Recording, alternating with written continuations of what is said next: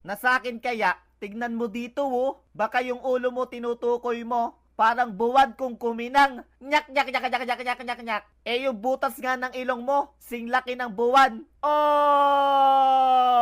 Bakit? Yung ilong mo nga hugis ti. Ang pangit ng ilong mo. Boom, pangit. Ikaw sa sobrang pangit mo, pati sa palengke, di ka matawag-tawag na pogi. Oh! Ano, suntukan na lang oh. O ano?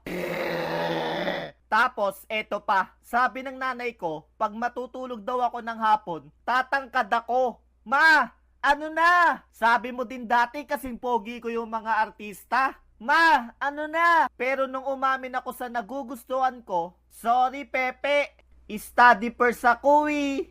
Pepe, may pag-asa ba sa'yo si Lexi? Syempre wala. Wala nga akong pag-asa sa kanya. Siya pa kaya? Ano siya? Sineswerte?